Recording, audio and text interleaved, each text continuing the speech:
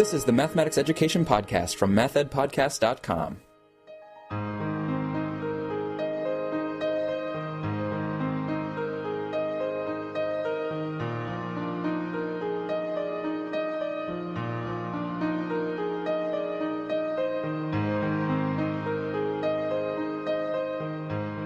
Welcome to the Math Ed Podcast. My name is Sam Otten from the University of Missouri, and with me today is Dr. Laurie Zack, who's an associate professor in the Department of Mathematics and Computer Science at High Point University, which is in High Point, North Carolina. Laurie, thanks so much for talking with me. Thank you for having me. We are going to be talking about Laurie's recent article published in Primus. They had a special issue on flipped instruction at the college level, and Laurie and her co-authors had an article in that issue called Flipping Freshman Mathematics. And I want to make sure I pronounce that correctly, that it's flipping freshman mathematics, not flippin' freshman mathematics. But before we get to that article, Laurie, I want to back up and ask you about your graduate school experience and the topic of your dissertation.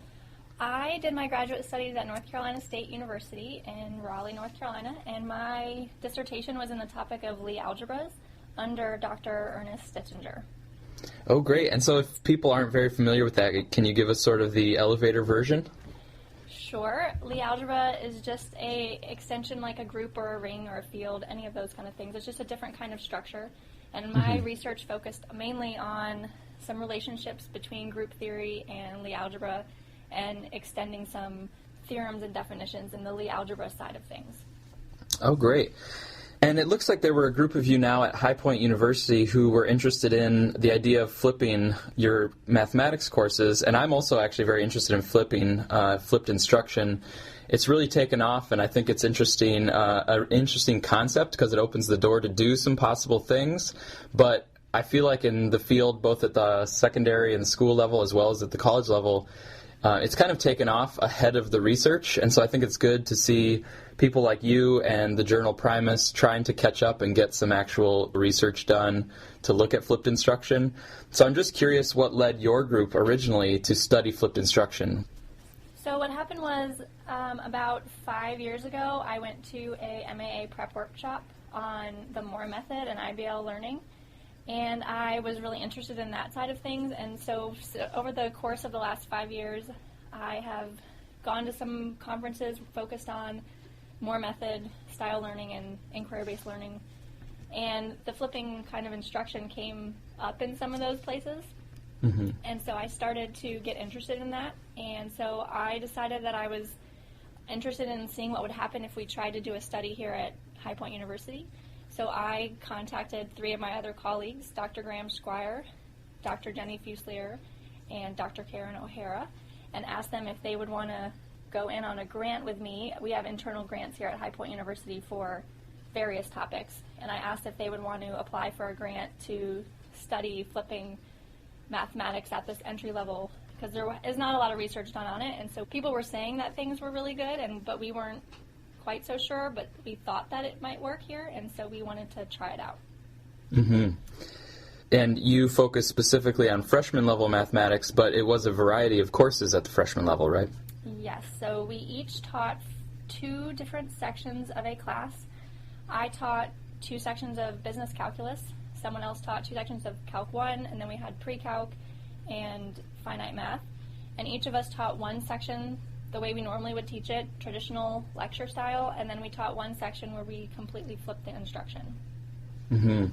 Yeah, so to me this was an interesting design where you have 4 instructors, but you didn't have the instructors divide by flipped and non-flipped. You actually had each instructor do flipped and do non-flipped in 2 different sections. So I thought that's an interesting way to do the comparison and to have your whole group of instructors actually experience both types of instruction. Yes, it was a challenge, but also we thought it was the best way to see if really the idea of flipping a class would be beneficial to the students.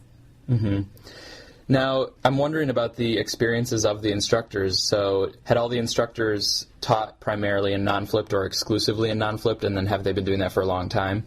Yes, so none of us had done any sort of flipped instruction previously to this, except I probably am the only one I have done some IBL and Moore method teaching, and so I'm probably the only one, I think, of the 4 of us that have done any of that kind of stuff. And so the rest of us had all just been teaching primarily lecture-based style. Mm-hmm. Okay, so it's definitely kind of a new experience, or it's going to be some new terrain for basically everybody doing the flip side of things. Yes. I am curious, as you were heading on and you got the group together to do this endeavor, did you have some predictions, either individually or as a group, about how it might go? You mentioned that you've heard other people maybe kind of anecdotally saying that the flipped stuff was working. So did that lead you to hypothesize there would be some learning gains or certain kinds of gains, or were you kind of open to anything, you weren't sure what was going to happen?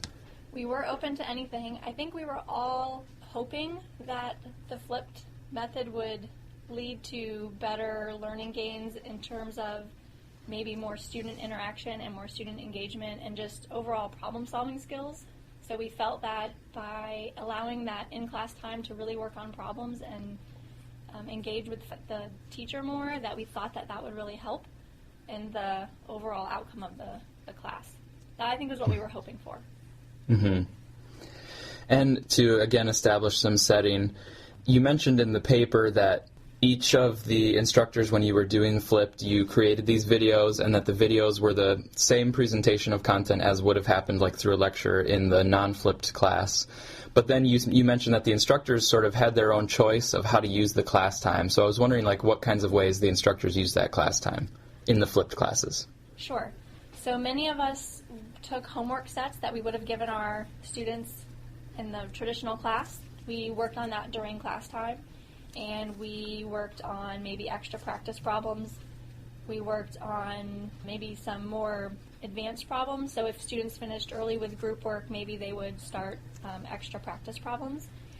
And some students did a lot of group work in class instead of doing homework. I mean, they spent time doing homework, so maybe they would spend the first 30 minutes practicing homework problems, and the last 30 minutes would be spent on group work. Okay. But the majority of us use the time to focus on homework, since we were trying to balance the time with each class so that we felt that they were using the same amount of time outside of class in each kind of setting. Okay. And then as you were doing this, you did this throughout the whole semester, I'm assuming? Yes. And were the students substantially different? So I imagine they were somewhat, because the business calc usually is kind of a different population than maybe Calc 1. Yes. Okay. Yes. That, I think, was some of the maybe results that came out of the study, or maybe anecdotally kind of how we felt about things in the end. So the business calc students are definitely a different type of student than the Calc 1 students, and we had, I would say, the most success with the Calc 1 students in terms of their overall feeling about flipped instruction. Our pre-calculus class had the least favorable results, but we also think that was partially due to the fact that it was 100% freshmen in the flipped course that semester, and it was it was fall semester, so it was their first semester of college, and now they're being asked to do something that was really different than they had been used to, and we thought that that could have also led to a very negative experience for them. Right, and new for the instructors as well, so it was kind of the first time out of the gate for everybody. Yes. So to get more into those findings, so you were looking now at some course grades, you had some exam questions that were sort of common across the different sections, and you also looked at attitude towards mathematics. So I was wondering if you could take us through what you did find at the end of the semester. So maybe we can start first with like the course grades and the exam performance. Sure. So we found statistically across all 4 sections that there was no statistical difference in course grades among the flipped classes versus traditional classes. And it was pretty clear among all of the flipped classes to all of the traditional classes. There was not any sort of difference between the grades. Okay. So it sounds like there was not a statistically significant difference, but even just by inspection, there didn't seem to be much of a difference. Correct. Even non-statistically. Okay. Yes. But then what about the attitude? So you gave an attitude survey using the ATMI. What did you find there? Yes. So the ATMI is a Attitudes in Mathematics inventory survey that we gave to all the classes, and what we found was that there was a statistically significant difference in the feeling of the students in the flipped courses, that over the course of the semester their attitudes towards mathematics tended to decline, which was rather alarming and surprising to us. That was kind of the most alarming maybe result of our study, is that we were kind of surprised to see that the students in the flipped course tended to have more negative attitudes toward the end of the semester. Mm-hmm. And how have you kind of processed that finding now that you've been sitting with it and writing about it for a little while? So part of it is that we feel like having any one method of instruction for a whole semester is a little bit exhausting for students, especially their first semester in college, which the majority of these students are, since these are all freshman level courses. So we felt like even in our traditional classes, the attitudes they declined as well in that class in terms of like burnout over the semester. It was just that it was more in the flipped course than it was in the traditional course.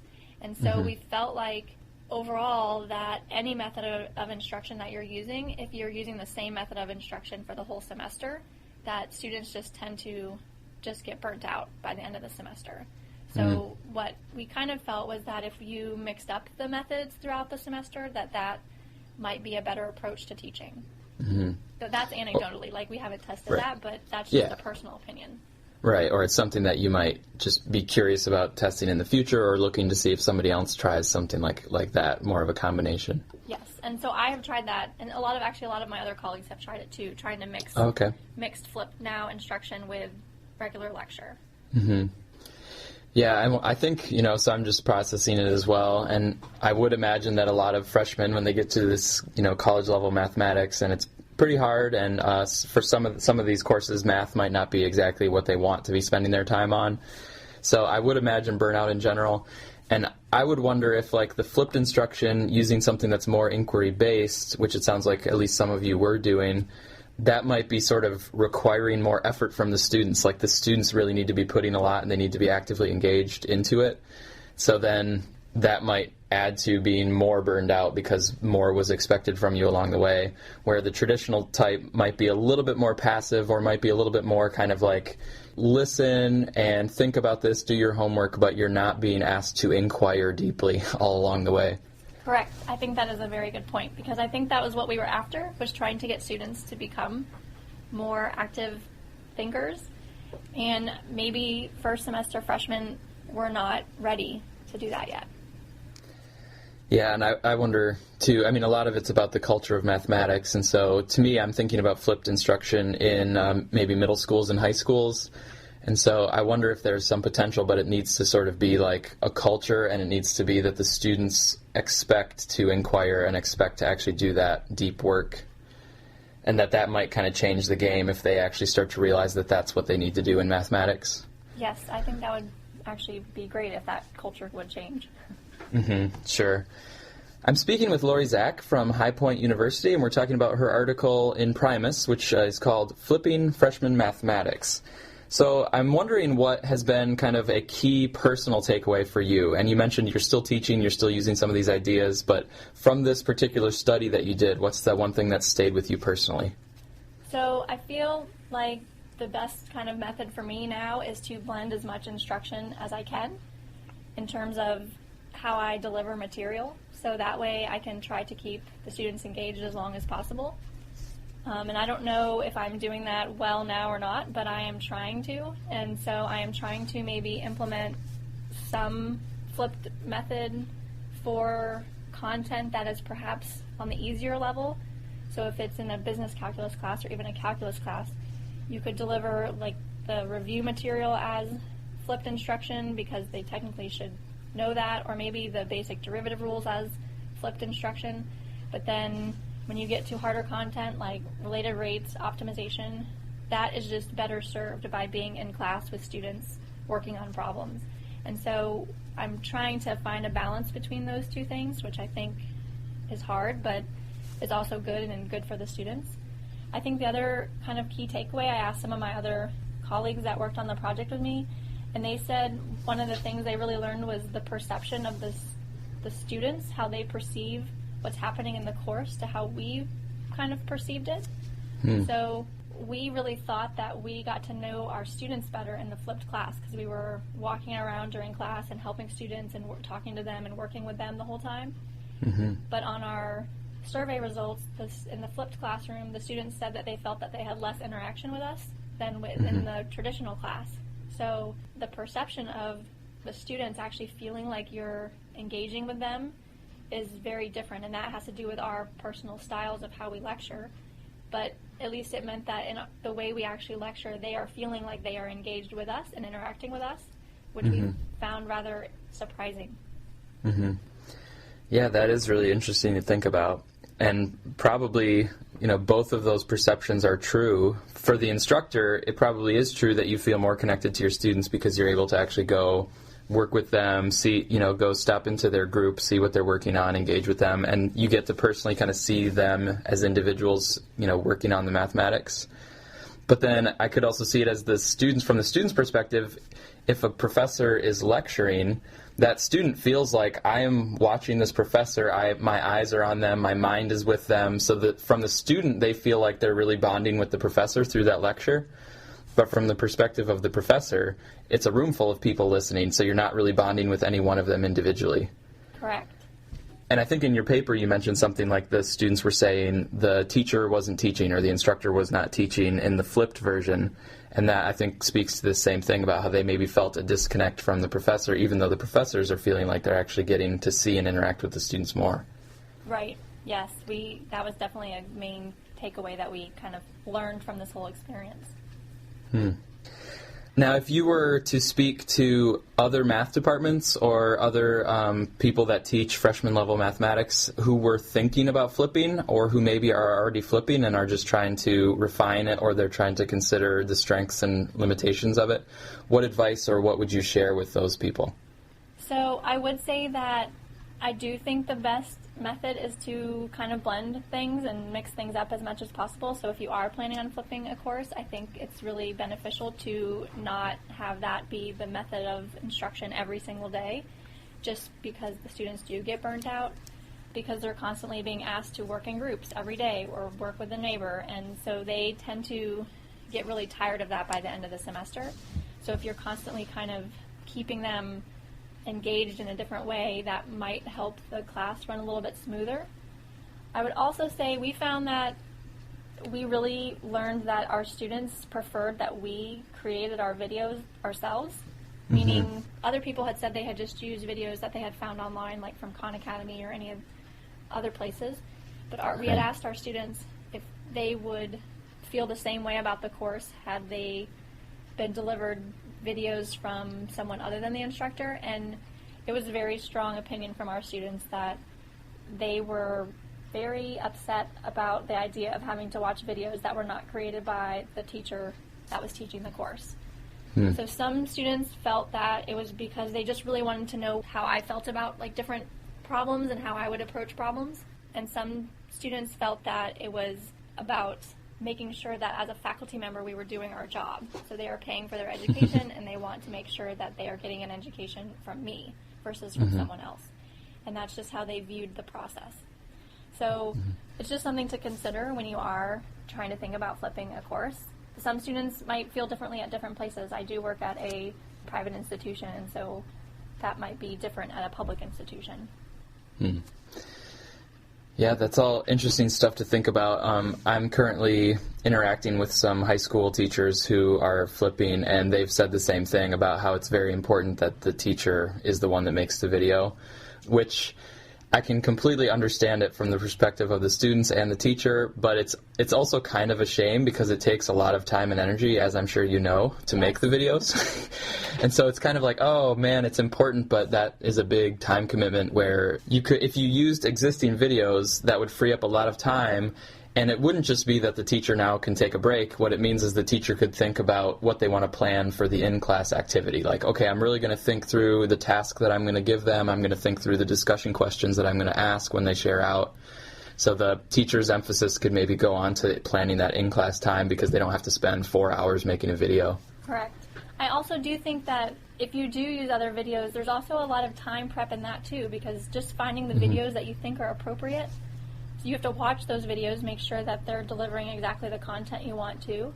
So in one sense, it sometimes might be easier to make the video yourself in terms of just, because I did spend some time trying to find a certain video for a different class, just like as an extra kind of, here's an extra couple practice problems for you. And it took a lot of time just to find that, versus I could have just made a video real quickly now that I have all the technology on my computer and I could have then uploaded it just as easily now. So once I think that learning curve is kind of done for creating the videos, there's still a lot of prep time in creating them, but I think after you've created the videos once, you can modify the course as you go and spend more time thinking about in-class activities. Mm-hmm. Yeah, those are really good points. And also, once you're kind of in the groove of making the video, it's sort of a known time commitment. Like, I know that it's going to take me an hour and a half to make this video, and in an hour and a half it'll be done. Right. Where searching for a video, it might take 10 minutes if you get lucky, but it also has sort of an unknown endpoint. You might be looking and looking and looking and never finding the one that you want. It could be this kind of like mysterious end. It might be 5 hours later before you and then you realize, oh man, I'm not finding what I thought I was going to find. Yes. So thanks so much for sharing your experiences about flipping your freshman mathematics courses there. I do have one final question I want to ask you, and that's if you were not in mathematics and if you were not teaching these mathematics courses at the college level, what would you see yourself doing instead? So when I thought about this question, I had a really hard time trying to think about an answer, because when I was growing up in elementary school and middle school, whenever they ask you what you wanted to be when you grew up, I always said I wanted to be a math teacher. So I am actually doing what I said I always wanted to do. So that is kind of an interesting question to think about, because I've never thought about doing anything else. Yeah. But if I had unlimited time and resources and I was not in math and math education, I would probably spend my time running and maybe being a coach in some kind of way. Okay. So I really enjoy sports and running and swimming and cycling, and so I do a lot of that in my free time, and I think I would do that in my free time if I was not teaching math. Right.